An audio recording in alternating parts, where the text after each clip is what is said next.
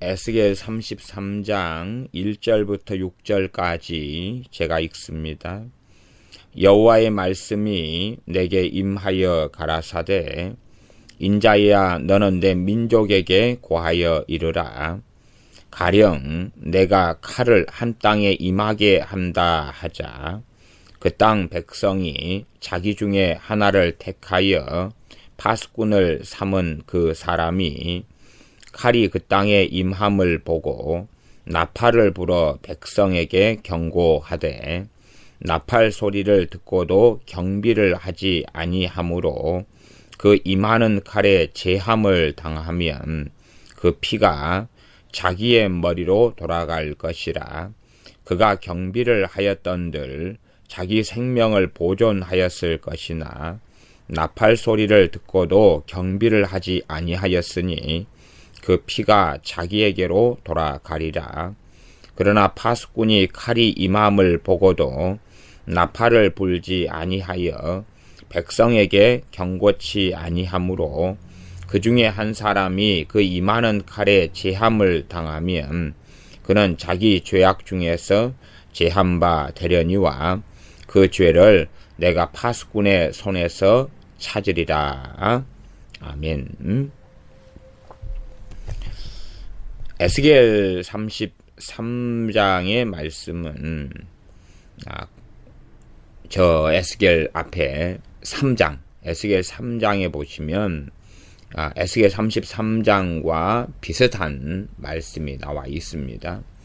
에스겔 선지자의 임무, 책임, 사명, 너를 이스라엘의 파수꾼으로 세웠다 하면서 하시는 말씀의 내용들, 악인에게 일러서 악한 길을 돌아서게 하라. 또한 의인이 그 악한 길을 돌아서지 않도록 경고하라.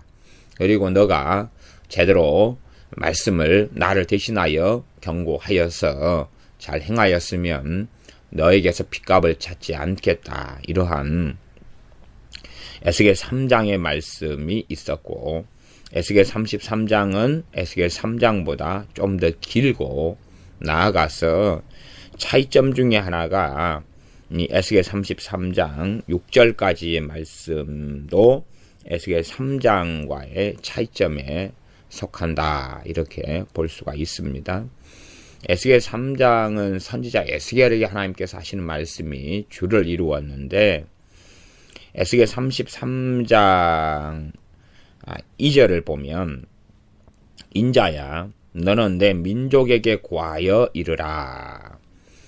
포로로 잡혀온 바벨론에 있는 이스라엘 백성들에게 너가 일러라면서 파수꾼의 이야기를 하고 있습니다. 그러함에 이스라엘 백성들이 이 파수꾼의 내용의 스토리를 들으면서 자신들이 잘 자신들의 삶을 돌아보아야 하는 것이 마땅합니다. 2절 인자야 너는 내 민족에게 고하여 이르라. 무엇을 고하고 이야기하냐 그러면 가령부터가 고하는 내용입니다. 가령 내가 칼을 한 땅에 임하게 한다 하자. 출발이 여호와께서 가라사대 이런 식으로 이야기하면서 출발해야 되겠지요. 내가 하나님께서 칼을 한 땅에 임하게 한다 하자. 칼은 전쟁입니다. 하나님께서는 항상 전쟁을 통하여서 민족과 나라들을 심판하시는 것이 일반적인 하나님의 심판의 방법이십니다. 전쟁 외에도 전염병, 기근, 또한 사나운 짐승 이러한 많은 것들이 하나님의 심판의 행하심의 방식이 됩니다만은 일반적으로가 전쟁이었습니다. 전쟁은 반드시 하나님의 손 안에 있는 것입니다. 또한 하나님께서 때론 악한 사람, 악한 민족, 악한 왕이라도 들어서 도구로 사용하시며 다른 민족, 다른 나라들을 심판하시는 것을 알고 있습니다. 나아가서 심판하는 권세를 하나님께 주셨는데 그들의 심판이 과도하고 선을 넘을 때에 또한 그 과도한 것으로 인하여서 다시 그들은 다른 나라나 다른 민족의 칼로 인하여 심판을 받게 되는 그러한 내용들을 우리는 알고 있습니다. 하나님께 심판하시는 권세를 주셔서 심판을 명하시고 심판을 시키시지만, 그러나 거기에도 사람의 자유의지와 자의적인 부분이 함께 당연히 존재하여서 더 악랄하게 행하여 하나님의 심판을 역으로 자초하게 되는 일들이 많았습니다. 가령 내가 칼을 한 땅에 임하게 한다 하자. 하나님께서 한 땅을 심판해요. 이게 내용에가 상당한 역설성이 들어가 있는데, 그 역설성에 대하여 하나님을 잘 이해하고 알아야 되는 부분이 존재합니다. 말하자면 그런 일은 없어야 됩니다만은, 하나님께서 북한의 손을 들어서, 김정은의 손을 들어서 우리 대한민국을 심판하신다. 그래서 전쟁이 벌어진다. 그래도 우리 여기에서 있는 사람들은 전쟁을 준비해야 되고 전쟁을 해야 됩니다. 그것이 하나님의 뜻이라는 사실입니다. 하나님께서 칼로 심판하시니까 그것을 그대로 우리의 책임을 회피하면서 심판하시니까 그걸 당해야 된다. 심판하시니까 우리는 하나님께 회개해야 되는 게 맞습니다. 하나님께 회개해야 되는 것이 맞고, 그럼에도 싸워야 되는 부분이 있다는 사실입니다. 가령 이제 바벨론을 통한 심판의 경우는 선지자 예레미야 등을 통하여서 왕에게 계속하여 경고했습니다. 바벨론에게 항복하십시오. 그게 맞습니다. 그렇게 말씀했습니다. 그러나 북한이 적화 야욕을 가지고 공격해 올 때는 북한에게 항복해야 됩니다 하는 것은 말이 안 되는 이야기가 되어지지요. 말하자면 이제 요 33장 2절 같이 가령 내가 칼을 한 땅에 임하게 한다 하자. 그 땅 백성이 자기 중에 하나를 택하여 파수꾼을 삼은 그 사람이 칼이 그 땅에 임함을 보고 나팔을 불어 백성에게 경고하되, 나팔 소리를 듣고도 경비를 하지 아니하므로 그 임하는 칼에 제함을 당하면 그 피가 자기의 머리로 돌아갈 것이라. 파수꾼 하나를 세웠으면 파수꾼은 망루에 서서 적군이 침입하는가를 살피고 있습니다. 성 안의 주민들이 잠자고 있을 때라도 깨어나서 살피고 있는데 보니까 적군이 공격을 해오는 것입니다. 그러니 나팔을 불죠. 일어나시오, 일어나시오. 집에 있는 무기를 들고, 때로는 농기구라도 들고, 새스랑이라도 들고 일어나서 자기를 보호하고 지키시오. 그리고 경고를 하는 것입니다. 하나님께서 칼이 그 땅에 임하게 하시고 심판이 일어나도 파수꾼은 그 사명을 잘 감당해서 일어나서 방비하시오. 방비하는 가장 근원적인 것은 하나님께 돌이키고 회개하는 것이 영적으로 그 의미가 근원적인 의미가 될 것입니다. 일어나서 방비하시오, 방비하시오 나팔을 봅니다. 그러나 백성들이 좀 더 자자, 좀 더 졸자, 나는 잠자는 게 좋아, 그리고 일어나서 방비를 하지 않습니다. 그리고 그 적군은 침입하여서 그들을 다 죽이겠죠. 그때에 하나님께서는 그렇게 나팔 소리를 듣고도 5절 중간에 경비를 하지 아니하였으니 그 피가 자기에게로 돌아가리라. 나팔 소리를 듣고도 경비하지 않고 전투 준비하지 않고 자기의 생명과 재산을 위하여 지키고 싸우지 않은 그들에게로 그 심판은 돌아갈 것이다. 그리고 이 파수꾼은 그 피에 대한 책임이 없다는 이야기입니다. 물론 적군이 공격에 오면 당연하게 파수꾼도 함께 죽어나가겠지요. 여기에서 그 피가 자기에게로 돌아오지 않는다의 기본적인 것은 그들이 이 땅에서 죽임을 당하는 것 이후에 하나님의 심판대 앞에서 행해질 것에 대한 이야기를 우리가 그 이해를 염두에 두고 보셔야 됩니다.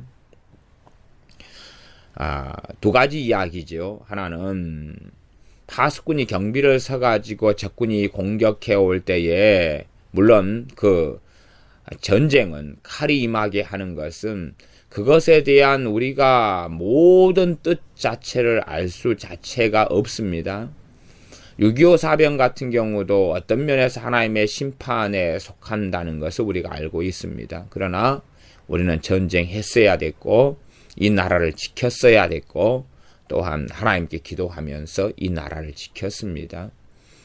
과거 이승만 대통령 같은 경우는 이 부산까지 낙동강 전선까지 밀려서 있을 때에 부산에서 정말 교회에서 하나님께 엎드리며 금식을 선포하고 백성들 믿는 예수님을 믿는 사람들에게 자신의 신앙으로서 금식하며 하나님께서 많이 구원하시니 하나님께 엎드립시다 라고 하며 함께 기도하며 간절히 철야하며 부르짖어 하나님의 도우심을 입었습니다. 인천 상륙 작전을 위하여서 간절히 금식을 외치며 선언하며 기도하였고 하나님께서 인천 상륙 작전이 메가더 장군에 의하여 시행되어 성공하도록 하나님께서 은혜를 주셨던 것을 우리는 압니다. 그러므로 하나님께서 어느 땅에 칼이 임하게 하실 때에 그것에 대한 전체적인 의미와 뜻 자체를 우리가 자의적으로 간단하고 단순한 논리상으로 절대 판가름해서는 안 됩니다. 그것을 하나님이 칼이 임하게 하셨으니까 그대로 당해야 된다. 아니면은 그거에 대해 격렬하게 싸워야 된다. 일반적으로는 특별한 하나님의 말씀이 없다면 우리는 지켜야 되고 싸워야 되는 것이 맞습니다. 그러나 칼이 임하게 하신 하나님 앞에서는 반드시 우리를 돌아보고 회개하고 돌이킴이 마땅하다는 것입니다. 또한 칼이 임하게 했는데 거꾸로 우리로 하여금 상대방이 전쟁을 걸었으나 결국은 심판의 통로와 도구가 우리가 될 수도 있는 것입니다. 북한이 전쟁을 걸었을 때에 하나님께서 오히려 우리를 통하여 우리가 하나님의 전쟁이라는 칼이 임하여 심판받아야 될 부분도 있고 또한 반대로 우리의 칼을 통하여 상대방이 심판받아야 되는 경우가 있다는 사실입니다. 그러니 우리가 획일적으로 단편적으로 하나님께서 임하게 한 칼에 대한 해석을 어떻게 하는 것이 쉽지 않습니다. 구약 성경을 보면은 이스라엘과 유다의 전쟁 이야기가 많이 나옵니다. 하나님께서는 근원적으로 둘 다 하나님의 백성이기 때문에 같은 민족끼리는 싸우지 말아라 그럽니다. 지금 한민족 가운데 북한과 남한이 싸우지 말아라 그렇게 해석하면 잘못된 해석입니다. 지금 이스라엘에 대한 이야기입니다. 이스라엘 하나님의 아브라함의 후손들인 이스라엘 안에서 너희가 같은 지파끼리는 싸우지 말아라 하는 것입니다. 하나님의 한 혈통 안에서 예를 들어 유다 지파와 에브라임 지파다 그러면 싸우지 말아라 그렇게 말씀한 것이라는 사실입니다. 그러나 이 유다와 이스라엘이 싸우게 되었을 때가 있고 또한 필연적으로 싸웠어야 될 때가 있습니다. 이 왕국이 형성되기 전에 사사기에 보셔도 지파들이 싸우는 경우가 있습니다. 싸울 때에 하나님께서 어떨 때는 이쪽 지파에게 책임을 물으셨고 어떨 때는 저쪽 지파의 책임을 물었고 그러나 어떨 때는 어느 지파들을 통하여 다른 지파들을 심판하실 때가 또한 사사기에도 있습니다. 단지파 같은 경우의 상황도 우리가 듣고 알기도 하며 다른 지파들의 상황도 우리가 사사기를 살펴보시면 알 수가 있습니다. 그렇기 때문에 하나님께서 임하게 하신 칼에 대한 것 그것이 어느 쪽 어느 때에 임했다 할지라도 하나님의 백성들은 반드시 회개하며 하나님께 나아가야 하고, 그때에 하나님께서 그 길을 열어주시고 인도해 주셔서 좀 더 우리가 전쟁을 통하여 나아가야 될 방향을 알 수 있게 되어지고, 또한 하나님께서 긍휼히 여기심이 있어서 구원하심이 있게 되어집니다. 요 포로 잡혀왔던 바벨론에 있는 이스라엘 사람들에게 하나님께서 선지자를 통하여 하시는 이 파수꾼의 이야기에서 한 땅에 파수꾼을 세웠는데, 성이죠. 그 땅 백성들이 파수꾼을 삼은 그 사람이 이제 방비를 하는데, 적군이 몰려오는 걸 보고 파수꾼이 나팔을 불었는데 그 백성들이 경계하지 않고 준비하지 않고 예비하지 않아서 멸망을 당하면, 그 백성들의 그 예비하지 않고 준비하지 않았기 때문에 그 피가 자기 머리로 돌아간다. 그 백성들이 단지 그냥 적군의 침입에 의해서 죽은 것만을 이야기하는 것이 아니라, 그들이 주님의 심판대 앞에 섰을 때에 그 전쟁을 예비하지 않음을 통하여서 죽임을 당하고 심판받은 것에 대한 또 다른 책임을, 또 다른 핏값을 지불해야 한다는 것입니다. 당연하게 전쟁을 수행하고 준비해야 될 사람들은 어른들이 되겠지요. 장년들이 되겠지요. 청년 이상이 되어질 겁니다. 성인들.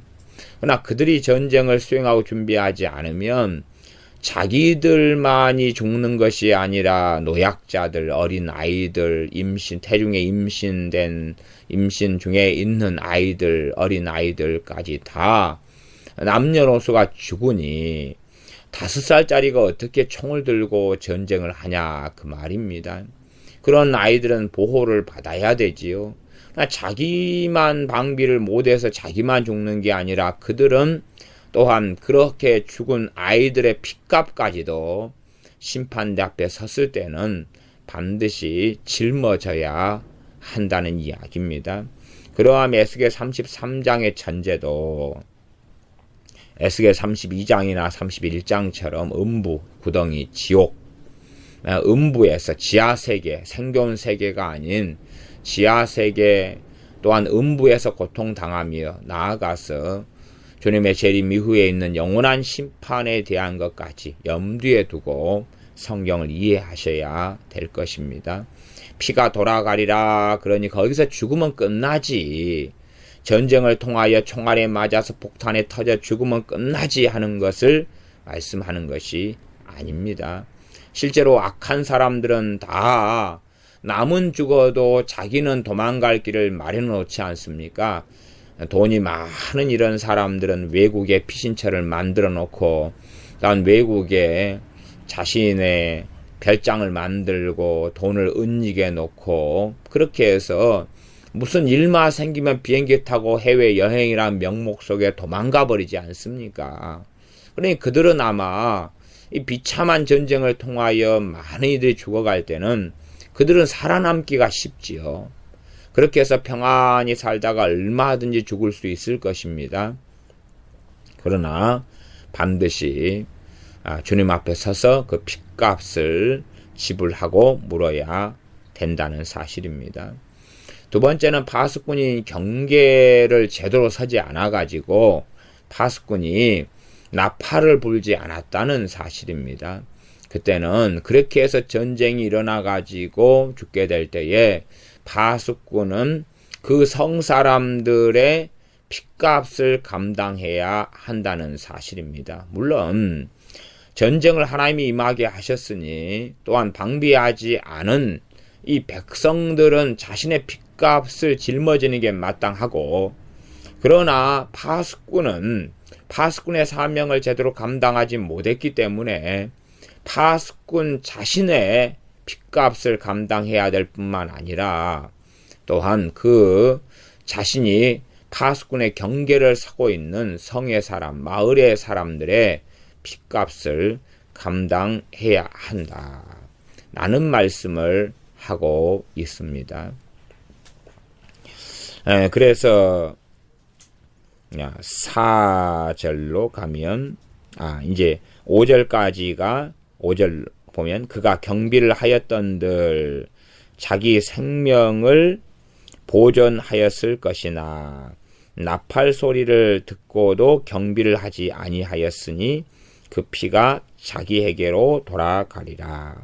그래서 5절을 좀 어떤 번역본은 한글 번역본 잘못 번역해가지고 요 글을 파수꾼으로 번역한 데도 있습니다. 참 좀 부주의하게 성경을 번역한 거지요.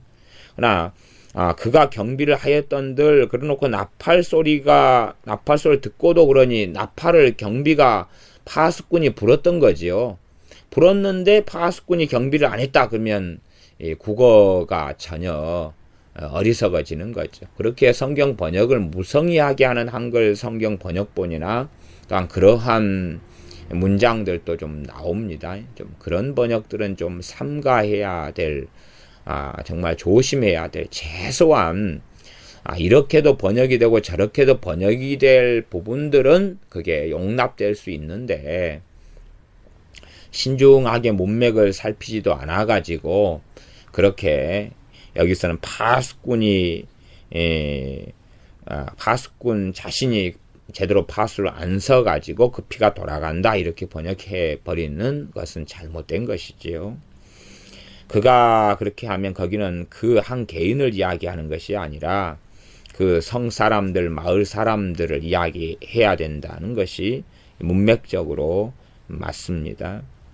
그래서 그냥 그 가운데서 이제 파수꾼 나팔 소리를 듣고도 경비하지 않은 어떤 사람 이렇게 해도 맞습니다. 파수꾼의 나팔 소리를 듣고도 예비하지 않고 경계하지 않고 주의하지 않고 경비하지 않아서 죽임당한 어떤 사람 그렇게 해도 맞고요. 아니면 그 성 사람들의 대표성을 가지고 그가 그렇게 해도 맞습니다. 그래서 5절 그가 경비를 하였던들 자기 생명을 보존하였을 것이나 나팔 소리를 듣고도 경비를 하지 아니하였으니 그 피가 자기에게로 돌아가리라.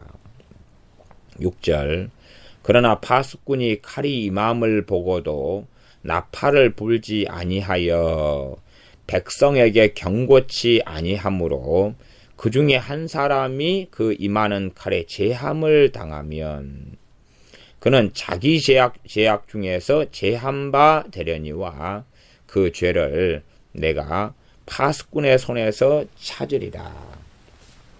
하나님께서는 악인이 그 아까운데 죽는 것을 기뻐하지 않는다 그랬습니다.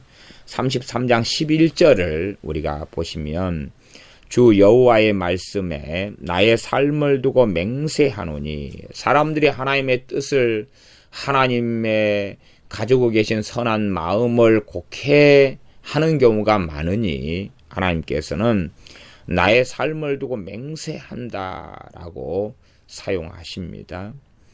맹세하노니 나는 악인의 죽는 것을 기뻐하지 아니하고 악인이 그 길에서 돌이켜 떠나서 사는 것을 기뻐하노라.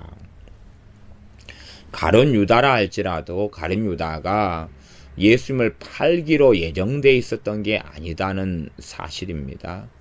예수님을 누가 팔거 주님의 떡 그릇에서 같이 먹는 자가 팔 것은 하나님께서 애언해 놓으시고 말씀해 놓으셨습니다. 그러나 누가 팔 것인지는 정해진 문제가 아니란 사실입니다. 그러나 가룟 유다는 주님을 팔았다는 사실이지요. 가룟 유다가 그 악인의 삶에서 멸망당하는 것을 하나님은 기뻐하지 않고 그가 돌이켜 사는 것을 기뻐하셨다는 것까지 우리가 이해해야 됩니다. 그러나 악인에도 두 종류의 악인이 있습니다. 한 종류의 악인은 돌이킬 수 있는 악인하고 그 다음에 돌이킬 수 없는 악인이 있다. 그건 히브리서 말씀을 참조하시면 되겠고 또한 주님께서 하신 성령 해방죄를 지은 악인들 있지요. 그런 성령 해방죄를 지은 사람들은 돌이킬 수 없다고 말씀하지요. 또 히브리서 말씀에도 한번 비침을 입고 내세의 능력을 맛보고 성령에 참여한 바 되고 이런 사람들이 타락한 경우에는 다시는 회개케 할 수 없다. 다시 회개할 기회 자체가 없다. 이런 여러 말씀들이 히브리서에는 나와 있습니다. 그러므로 돌이켜 회개할 수 있는 악인이 있고 돌이킬 수 없는 악인이 있는 건 사실입니다만은 그러함에도 우리가 그것을 판단할 수 있는 내용은 아니다는 것입니다. 우리의 눈에는 그걸 알 수 없기 때문에 우리는 우리의 사명을 그대로 감당하면서 모든 믿는 사람이 어떤 면에서는 파수꾼의 사명을 에스겔 선지자처럼 부분적이나 혹은 그 이상으로 받았다고 우리는 알고 있어야 됩니다. 나아가서 이제 이 파수꾼에 대한 사명은 크게 두 가지로 제가 물론 다음 시간에 좀 더 설명해야 될 부분입니다만은 미리 좀 말씀을 드리면 파수꾼의 사명은 두 가지일 겁니다. 지금 에스겔서에서의 에스겔 선지자의 기본적인 파수꾼은 누구에 대한 파수꾼이냐 그러면 하나님의 백성인 이스라엘에 대한 파수꾼입니다. 다시 말하면 하나님의 선택받은 선민으로 존재하면서 하나님을 배역하고 배신하며 하나님에게서 멀어지며 하나님을 영화롭게 하지 아니하며 그렇게 오히려 하나님의 손에 멸망당하는 심판당하는 하나님의 백성들에게 파수꾼의 사명을 감당하라는 것이 하나가 있고요. 또한 에스겔 31장, 32장 이런 것처럼 너는 애굽왕 바로에게 이르라. 그러니 하나님의 백성이 아닌 이방인들, 이들에게 하나님 말씀을 전달하는 에스겔 선지자를 우리가 봅니다. 그때에 불신자들에 대한 파수꾼의 사명, 그 다음에 신자들, 하나님의 백성들에 대한 파수꾼의 사명.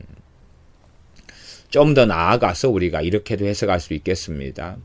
에스겔 선지자에게 에스겔 3장에서 악인에게 일러서 악인이 돌이키게 하고 또한 의인에게 일러서 의인이 악한 삶으로 가지 않도록 하는 또 어떨 때는 의인이 그 의로운 삶을 떠나서 악인이 되어져 버릴 경우에 다시 의로운 삶으로 의인으로 돌아오게 하는 파수꾼. 그러면 의인이라면은 하나님의 백성이고 악인이라면 하나님의 백성으로 지칭되지만 실제적으로는 하나님의 백성이 아니라 이방인이 될 수밖에 없겠지요. 그렇게 하니 의인에게 이르는 것은 하나님의 백성 교회에게 경고하는 거고 악인에게 이르는 것은 하나님을 배역하고 떠난 사람들, 불신자들 이렇게 경고하는 것이니 파수꾼의 사명이 두 가지로 이야기한다면 하나님의 백성에게 이르는 파수꾼의 사명. 그래서 하나님의 백성들 자녀들이 그 가운데 배역한 자들은 돌아오게 하는 것이고 또한 위험 지경에 있는 사람들 혹은 아직 주님을 등지지 않은 사람들이 등지지 않도록 경고의 나팔을 부는 것입니다. 우리가 자동차를 운전하다 보면은 클락션이 있지요. 클락션도 있고 그 다음에 이제 대낮에도 클락션 대신에 우리가 쉽게 사용할 수 있는 것은 헤드라이트가 되겠습니다. 말하자면은 어느 차들이 갑자기 이제 이 도로 가에 있다가 밖으로 그냥 뒷차가 달려오는지 그렇지 않는지도 보지 않은 채 갑자기 나오려고 그래요. 그러면 갑자기 나와버리면은 뒤에 달려오는 차하고 부딪혀 충돌하죠.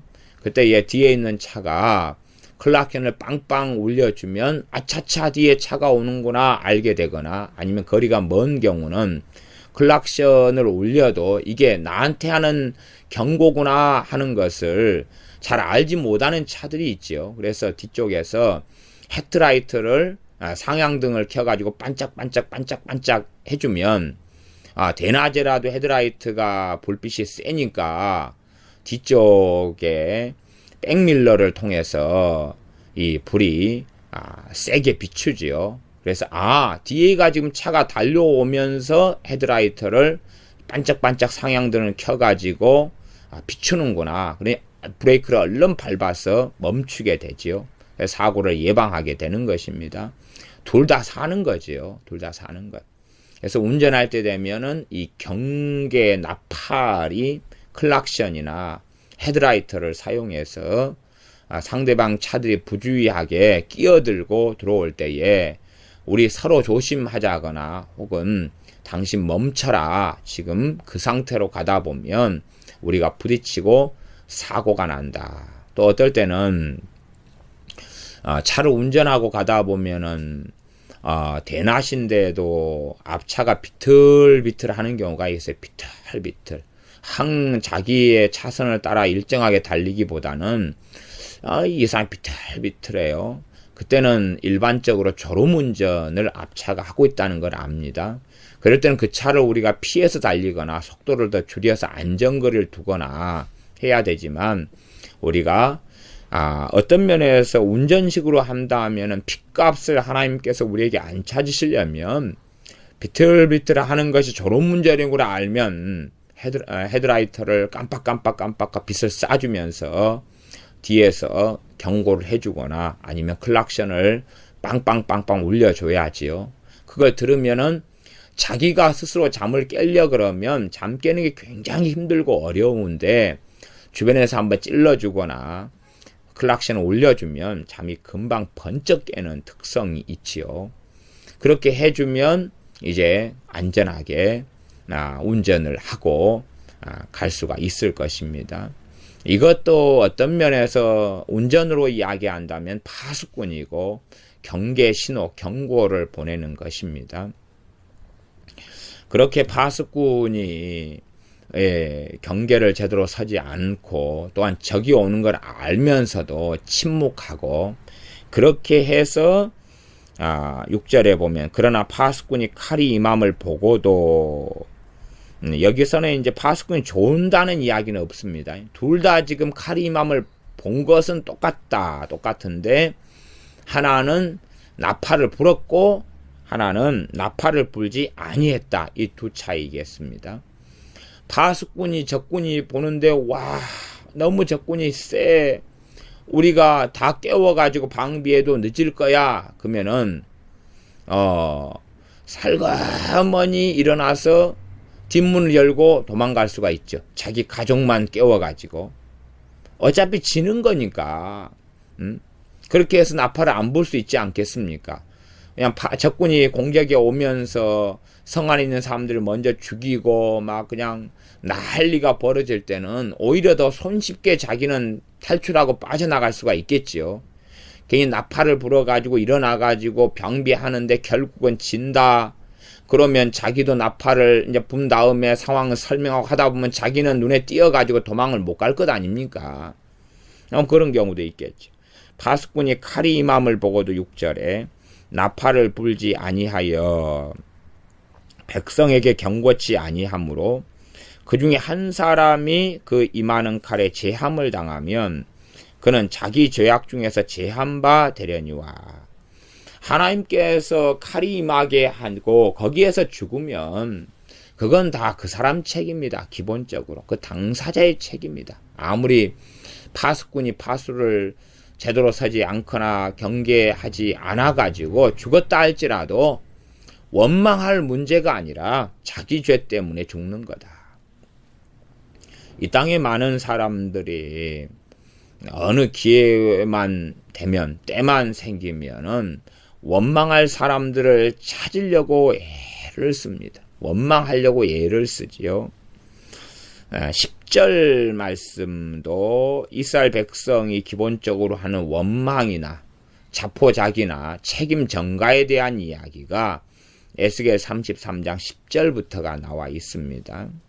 다음 시간의 말씀을 살펴볼 것입니다만은 10절을 미리 보면, 그런즉 인자야 너는 이스라엘 족속에게 이르기를 너희가 말하여 이르되, 이스라엘 사람들이 이제 스스로 말한다 그 말이에요. 그걸 하나님이 듣고 계셔서 그들의 말을 인용하면서 그들에게 말씀하시는 내용입니다.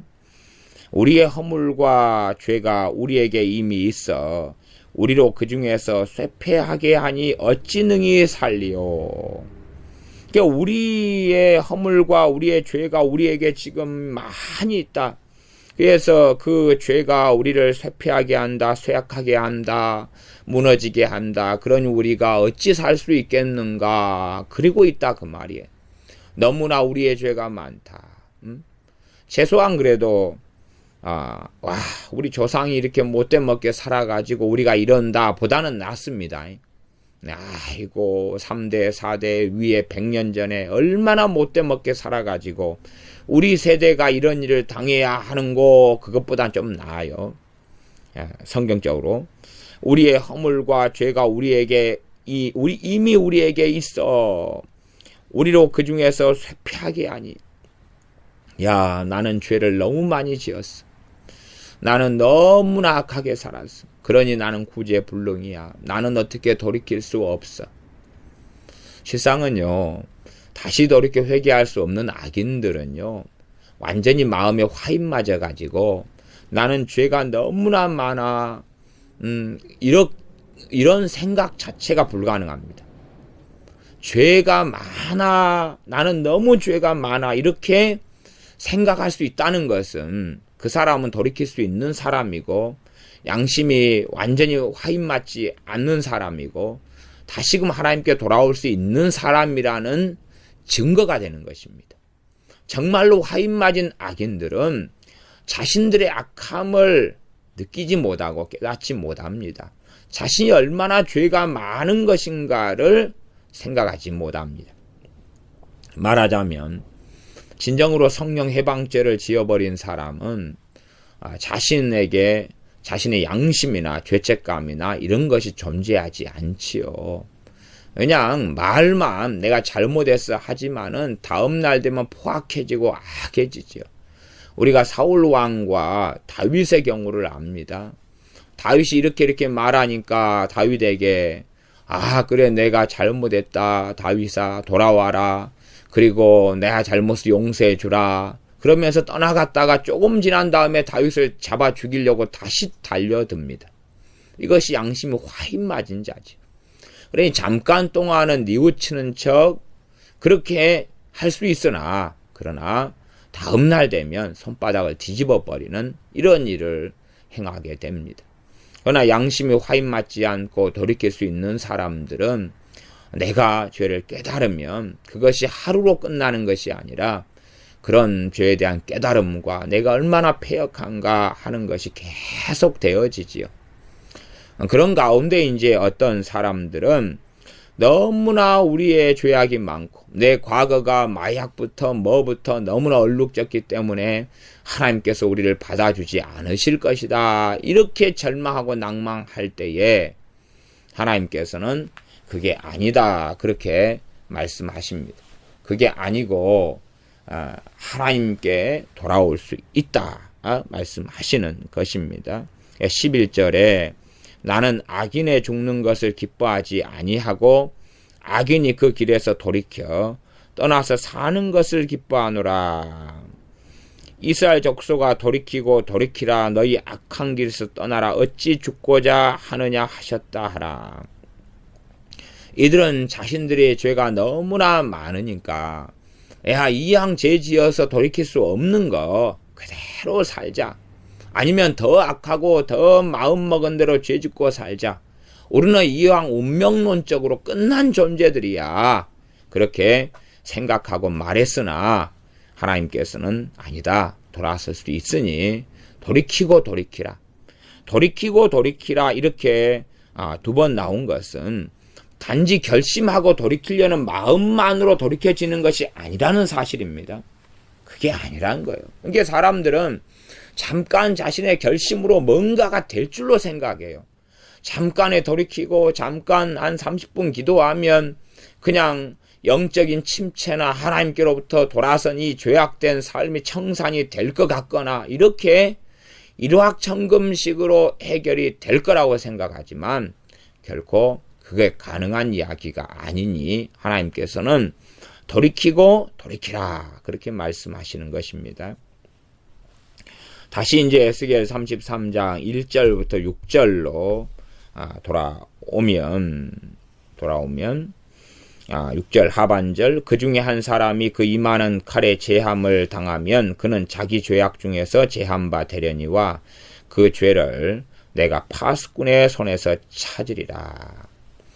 그 어떤 사람이 파수꾼이 방비를 제대로 하지 않아가지고 죽었으면 그럼에도 그것은 그 사람의 죄로 인하여 죽은 것이다 말씀하시니 어린아이가 전쟁의 와중에 죽어도 그건 당연하게 그 어린아이의 죄가 자기 죄 중에서 죽는 거다 그런 이야기로 이해하시면 됩니다. 그럼에도 그걸 제대로 방비하지 않고 나팔을 불지 않는 파수꾼에게서 하나님께서는 그 죄를 파수꾼의 손에서 찾으리라 그렇게 선언하십니다. 이까지가 이제 이스라엘 백성에게 선지자 에스겔을 통하여 전달하라는 말씀입니다. 그리고 7절에는 인자야 내가 너로 이스라엘 족속의 파수꾼을 삼음이 이와 같으니라. 앞에는 전달하라는 내용이고 뒤에는 하나님께서 에스겔 3장처럼 에스겔 3장의 파수꾼의 사명을 처음 여호야긴 왕의 포로된 지 5년 그때에 에스겔 선지자의 나이 30세 되던 때에 주셨던 그런 말씀과 동일한 말씀을 하고 계십니다.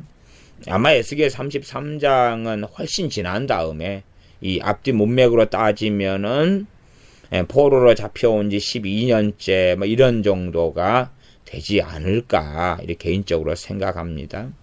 그래서 나중에 다시 말씀하시는 그런 것 같습니다. 왜냐하면 33장 뒤에 33장 21절로 가면 우리가 사로잡힌 지 12년 10월 5일에 예루살렘으로부터 도망하여 온 자가 내게 나와 말하기를 그 성이 함락되었다 하였는데 그게 21절에가 나오고 앞에 32장 17절에는 12년 어느 달 15일에 이렇게 12년째 되던 일이 32장 그 다음에 33장 뒤쪽에가 나오니까 이 33장에 있는 것이 에스겔 3장과 중복되면서 다른 부분이 있기 때문에 에스겔 3장은 그 전에 포로 잡힌 지 한 5년째 주어진 말씀이라면 이것은 12년째 정도로 보는 것이 타당할 거라 그렇게 저는 생각합니다.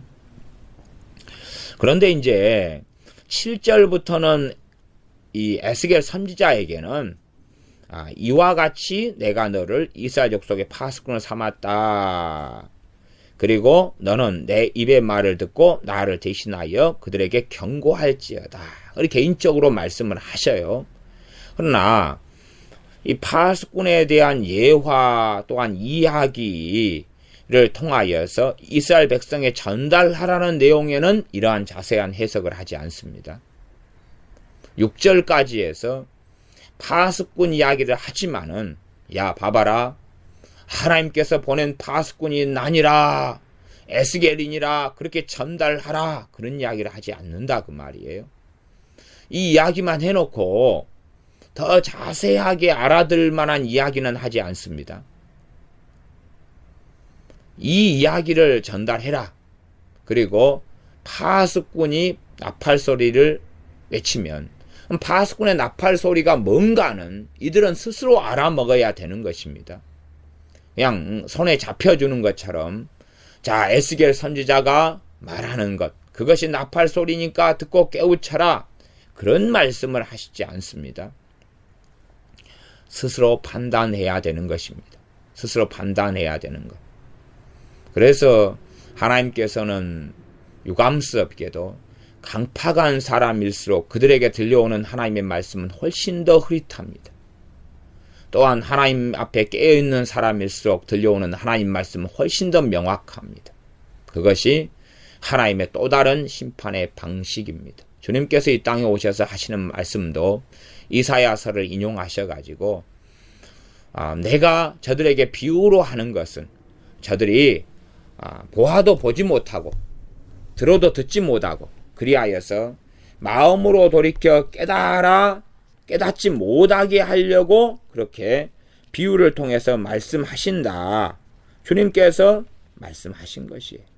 이게 사람들은 주님에 대하여 예스맨, 예스우먼, 그리고 무조건 좋아, 호호 할머니, 그냥 다 좋은 이야기만 하고 다 그들이 받아들일 만한 이야기만 하고 다 그들이 깨닫는 이야기만 한다. 그렇게 생각을 하면서 주님께서 정말로 어떻게 행하셨는가 자체를 생각하지 않는 사람들이 아주 많이 있습니다.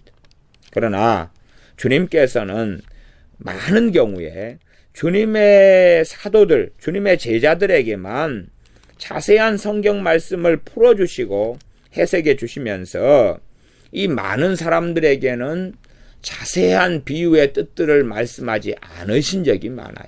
비유로 말씀하시는 것이 제자들이 묻죠. 왜 우리에게는 그 뜻을 가르쳐 주시고 저들에게는 비유로 말씀하십니까? 그러니 저들이 이 비유를 해석해 주는 것을 듣는 것, 저들에게 자세하게 풀어주는 것이 하나님 아버지로부터 허락되지 아니했다. 그러면서 그들은 보아도 보지 못하고 들어도 듣지 못하고 깨닫지 못하게 하려 한다 라고 주님께서 복음서에서 명백하게 말씀하셨습니다. 그러니 그들이 비유를 듣고 깨달으려면 사도들 같이 정말로 주님을 따르는 사람이 되고 주님의 말씀을 청종하는 자가 되어져야지만이 그 비유가 해석되어지고 알려지는 그런 자가 될 것입니다. 그러함에 강팍한 사람들은 성경을 보아도 자신의 강팍함에 따라서 하나님 말씀은 정말 흐려질 수밖에 없다는 사실이고, 나아가 근원적으로 진리이신 성령 하나님께서 행하시는 방식도 우리 주님께서 이 땅에서 행하시는 방식과 나아가 아버지 하나님께서 저들에게는 비밀을 알리는 것이 허락되지 않았다 하는 것과 동일하게 그 비유를, 그 뜻을 알리지 아니하시는 것이 당연하다는 이야기입니다. 성령 하나님께서는 적극적으로 그냥 하하호호 할머니가 돼가지고 하나님 말씀을 조금 깨달으려 하면 너가 그런 좋은 마음을 가졌느냐, 말씀을 다 깨닫게 해주겠다. 아이고 나는 하나님 말씀 싫어요, 성경 알기도 싫어요. 아이 그래도 알아야 되지, 그래도 가르쳐 줄게. 응? 그냥 아이들이 공부하지 않으려 그러는데 그래도 이거 설명해 줄게. 선생님이 너 들어봐라. 너 이거 안 하면은 좋은 대학 못 가, 좋은 직장 못 가죠. 또 이야기해 줄게. 듣기 싫어요, 시끄럽단 말이에요. 야 그래도 해줄게.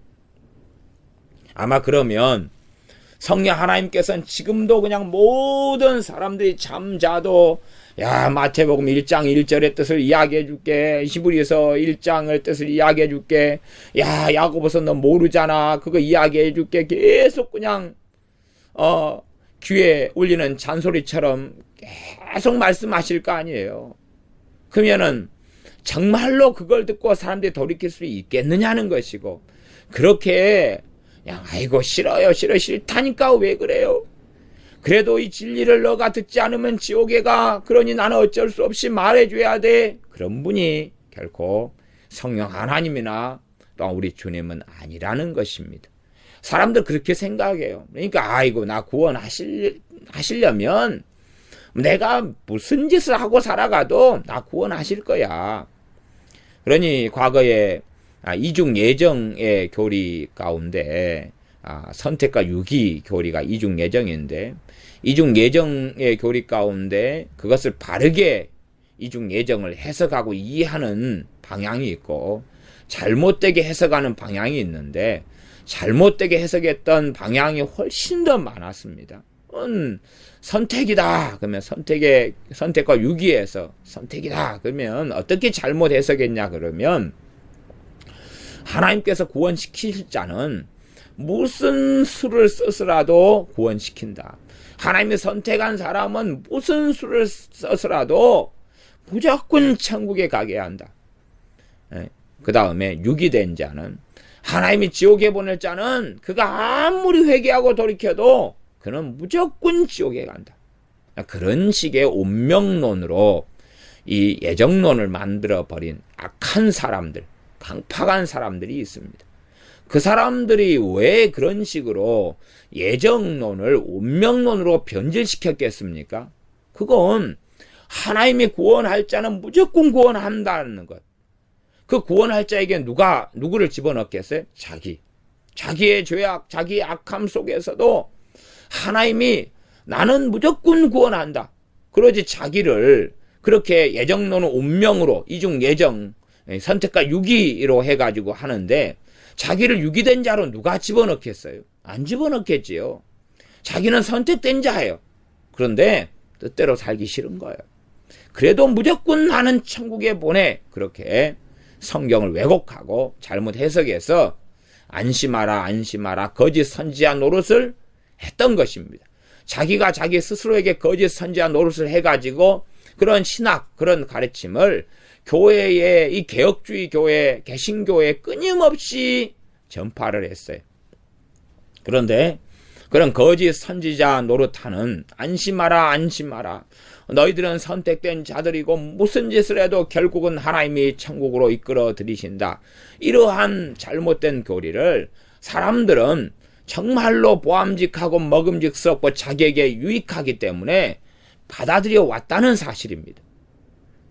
그래서 거짓 선지자들이 하는 것이 하나님은 너희 편이야. 하나님이 너희와 함께 하셔. 너희들이 죄가 있을지라도 하나님께서는 용서하시리 기뻐하시고 너희를 지켜주시고 돌봐주셔. 그렇게 좋은 이야기들을 계속 해왔었습니다. 에스겔 33장 뒤쪽에도 그런 이야기를 이스라엘 사람들이 합니다. 33장 24절을 미리 보면 인자야 이 이스라엘 황무한 땅에 거한 자들이 말하여 이르기를 지금 예루살렘은 멸망당했는데 도망다니고 황무한 땅에 거한 사람들이 남아있는 거지요. 그들이 이르기를 아브라함은 오직 한 사람이라도 이 땅을 기업으로 얻었나니 우리가 죽는다 한즉 그 한 사람이 아니라 아직도 우리는 숫자가 많다. 그런즉 더욱 이 땅으로 우리에게 기업으로 주신 것이 되느니라 하는도다.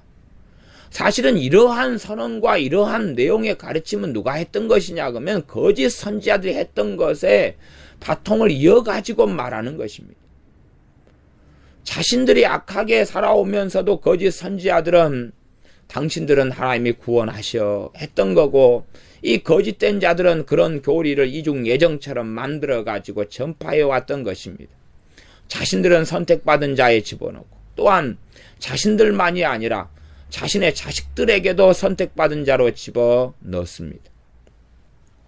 이제 애들 수능이 끝나서 그렇지만은 아마 믿는 집사님, 권사님들 많은 자식들이 이 수능 전에 예배 드리지 않았을 것입니다. 수능이 중요하니까 수능 끝나고 예배 드리면 돼. 그러니 예배보다 하나님께 기도하는 것보다 너는 지금 공부하는 게 더 중요해. 그렇게 해서 아마 대다수가 혹은 고3 시절에 대부분을 예배에 참석하지 않고 빠지고 살았을 겁니다. 기껏해야 썬데이 크리스찬이니까 너 예배 주일에 가서 잠깐 빨리 그냥 하고 그리고 얼른 하루 내내 공부해. 그렇게 하고 살았기 십상일 겁니다. 말하자면 너 인생에 있어서 너 인생이지 하나님 마음대로 예수님 마음대로 좌지우지하는 게 아니야. 너 인생은 너가 주인이야. 그리고 하나님께 예배하는 건 그건 액세서리고 하나님께 도움받고자 하는 것이야. 하나님은 너 편이야. 그렇게 부모는 거짓 선지자 노릇을 하는 거고 자식들은 수능을 공부하고 준비하면서 선언하는 것입니다. 내 인생을 위해 공부하는 것이지 하나님을 위해 공부하는 게 아니요. 그러니 내가 걸어가는 길에 하나님 협조하면 협조했지 방해하지 마시오. 그리고도 깔려있는 것은 내 자식들은 선택받았어. 선택받았으니 내가 믿으니까 내 자식은 당연히 선택받았으니 다 구원받고 결국에는 천국에 갈 거야. 그렇게 많은 부모들은 위로한을 받습니다. 거짓 선지자들의 말. 사실 거짓 선지자들이 되는 사람들이 많은 경우에 신학자들과 유감스럽게 목회자들이 그 바통을 이어가지고 거짓 선지자들, 자칭 예언하는 사람들 저는 이야기하는 것은 아닙니다. 거짓 선지자들 같이 지금 현재의 신학자들이나 목회자들이 그런 이중 예정처럼 자신들은 선택받은 자고 그러기 때문에 무조건 결국에는 구원받게 될 거야, 천국에 가게 될 거야. 그런 것이 이 개신교회 안에 어떤 사람들에게만 아주 팽배하게 전해진 것이 아니라 구약의 이스라엘 사람들에게도 가득했던 이야기예요. 말하자면 옷만 갈아입은 거지 본질상 동일한 사람들이 있다는 것입니다. 본질상. 그냥 겉에 약간만 바뀐 거예요. 인테리어와 디자인만 조금 바뀐 거예요. 간혹 가다가 그런 경우들이 많잖아요. 겉만 조금 바꿔가지고 내밀면 어리석은 사람들은 야 다른 거네 그리고 받아 먹지요. 그러나 알고 보니까 같은 거예요. 와 대바겐 세일이잖아. 그리고 야 50% 할인돼서 샀어. 그리고 샀는데 딴 사람은 제값을 주고 샀다는데 똑같은 제품이에요. 야 자랑해요. 내 옷은 이번에 야 이거 10만원짜리인데요 50% 할인해서 5만원 주고 샀어요. 그리고 막 자랑하니까 옆에 있는 사람이 내 옷하고 똑같은 옷이잖아요. 나는 세일도 안 했는데 저기서 가든5에서 그거 35,000원 주고 샀는데 보니까 똑같네. 메이커도 같네. 헐. 그러니 그 사람이 나 50% 할인해 샀어요. 그리고 기분 좋아하다가 그냥 그 다음부터 뒤통수를 맞는 거죠. 야, 또 속았네. 근데 그 사람들은 또 대할인 판매, 그냥 매진 임박 나오면 정신이 삐고삐고 해가지고 야 진짜 이거 갈아탔는데 얼굴 막 살짝 바꿔가지고 화장만 조금 했는데 그걸 못 알아보고 어떤 남자가 어떤 여자하고 결혼을 하게 되었답니다. 근데 이제 자기가 아는 여자인데 나이트클럽에서 그 여자를 만났는데 모르는 여자인 줄 알았어요. 아는 여자인데 이제 아는 여자를 개인적으로 알기보다는 좀 이런 이야기하면 그러는데 어쨌든 한 김에 이제 아이고 저 여자는 좀 못생겼네. 그래서 그렇게 생각했다가 나이트클럽에서 이쁘게 화장을 하고 나와서 개인적으로는 안면만 있어도 모르는 사이니까 야 그래서 이제 좋아가지고 화장을 하니까 이쁘고 밤에 또 이쁘고 술 마셔서 더 이쁘고 그래가지고 잠자리까지 가진 거예요. 그래가지고 그 여자가 임신을 해버린 거예요. 나중에 보니까 화장이 아니라 맨 얼굴 보니까 자기가 싫어하던 스타일이에요. 근데 화장을 해가지고 다 그냥 이 눈썹이든 뭐든 다 바꾼 거예요. 그래가지고 마지못해 결혼을 하게 되었다는 이야기예요. 그러니까 이게 참 본판이 똑같은 본판인데 화장을 통해서 그래서 조명빨 조심하고 달빛 조심하고 막 그런 이야기 남자 세계에서는 하지 않습니까? 이 이중예정이라는 운명론처럼 이 구약의 이스라엘 안에서도 끊임없이 이러한 망상들이 있어 온 것입니다.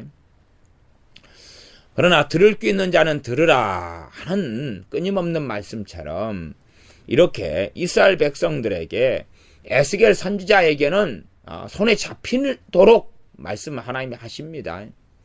그러나 이스라엘 백성들에게는 선지자를 통하여 하시는 말씀이 파수꾼 이야기를 하고 그 다음에 파수꾼의 경계 나팔 소리 이야기하고 그 다음에 파수꾼이 나팔을 안 불면 안 불어서 죽임을 당하면 그 핏값은 파수꾼에게 찾을 것이다 이야기하고 그러나 파수꾼이 누군지 그 백성들이 누군지 그런 건 이야기 안 한다 그 말이에요.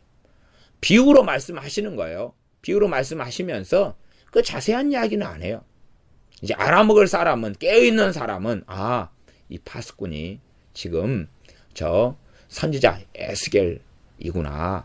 야, 저 말씀을 잘 들으면서 우리가 돌이켜야지. 그럴 거고. 그러나 이 선지자에 대하여 이들은 비유쟁이다. 그리고 모독을 하고 공격을 하죠. 전 비유쟁이다. 그런 식으로 하면서 또 뒤에도 그런 말씀들이 좀 많이 나와 있습니다. 야, 네가 선지자니까 네 말 좀 들어보자. 그렇게 하면서 겉과 속이 다른 이야기들도 하고 그럽니다. 그러함에 선지자가 하나님께서 말씀하신 파수꾼이 접니다. 그러면은 그들이 어떻게 하겠어요? 감히 네가 하나님을 빙자해. 그렇게 나올 수도 있고 심지어는 돌로 쳐버릴 수도 있는 것입니다. 그렇기 때문에 진실된 것, 주님께서 이 땅에 오셔도 내가 메시아이고 그리스도인 것을 쉬쉬해라. 왜냐하면 그들은 너무 악하기 때문에 그것은 주님의 말씀만 듣고 그것도 일부 말씀만 듣고 주님께서 메시아인 것을 스스로 알고 깨달아야 되는 것이에요. 그러지 내가 메시아다라고 말씀하시는 것은 소수의 주님의 제자들에게만 말씀하시는 거예요. 그래도 그걸 깨닫고 알게 된 제자들에게도 쉬쉬하고 조용히 시키시는 거예요. 공생의 시간의 대부분을 그렇게 하십니다. 이건 말하지 말아라. 드러내지 말아라. 말씀하시는 거예요. 그러함에 깨닫고 아는 사람, 나아가 세례 요한이나 혹은 세례 요한의 가르침을 받은 제자들은 알아요. 세례 요한이 대놓고 말씀하니까요.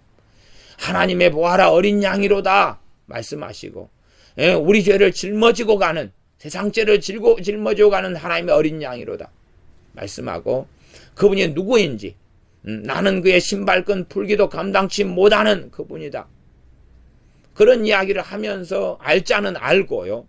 모를 자는 애매모호하다는 사실이. 그래서 우리가 정말로 하나님께서 들을 기가 있는 자, 우리가 하나님께 어떻게 서고 어떻게 돌이키고 하나님 앞에 어떻게 서서 살아가느냐에 따라서 우리가 말씀을 들을 수 있는 사람이 되기도 하고 들어도 듣지 못하는 사람이 되기도 하고 듣지도 못하고 깨닫지도 못하는 사람, 깨닫지 못하니 돌이킬 수도 없는 사람이 되고 맙니다. 그러므로 우리의 강팍함을 깨뜨리고 무너뜨려서 돌이키고 돌이키라 하는 말씀대로 우리가 돌이키는 사람이 되어져야 됩니다.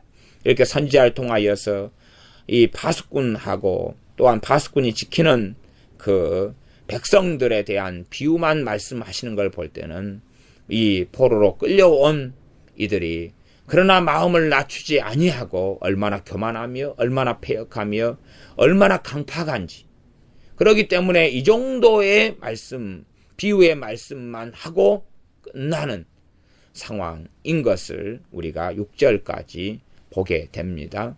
기도하겠습니다. 아버지 하나님, 우리가 강팍한 자, 우리가 완악한 자, 우리가 어리석은 자가 되어져서 하나님께서 진리의 성령님께서 우리에게 말씀을 제대로 깨닫게 해주지 못하는 어리석은 사람들, 또한 우리가 하나님 말씀을 듣기를 싫어하고 내 자의적으로 해석하고 내 입맛에 맞는 대로 선별하여 내 마음대로 해석하기 때문에 성령 하나님께서 하나님 말씀을 진리를 깨닫게 하시는데 역사하시지 아니하시는 그런 완악하고 강팍한 사람들로 발견되지 아니하도록 도와주시옵소서. 하나님 말씀에 대하여 간절한 사모함이 있고 하나님에 대한 간절한 사랑함과 경외함이 있어서 우리에게 진리를 비춰주시며 말씀이 깨닫게 되어 우리의 인생과 삶이 더 많은 영역과 부분에서 죄악에서 돌이켜 하나님 앞에 거룩하게 서는 사람들이 우리가 되도록 하나님 아버지 말씀을 우리에게 열어주시며 하나님의 말씀을 통하여 하나님 말씀은 살았고 운동력이 있어 양날선 검처럼 홍과 영과 및 관절과 골세 찔러 쪼갠다는 그 말씀의 역사가 우리에게 나타나게 하여 주시옵소서. 하나님 말씀을 통하여 우리가 거룩해지며 깨끗해지며 하나님 앞에 서서 온전히 살아갈 수 있을 것이오매 성령님을 통하여 말씀을 풍성케 하옵소서. 예수님의 이름으로 기도하옵나이다. 아멘.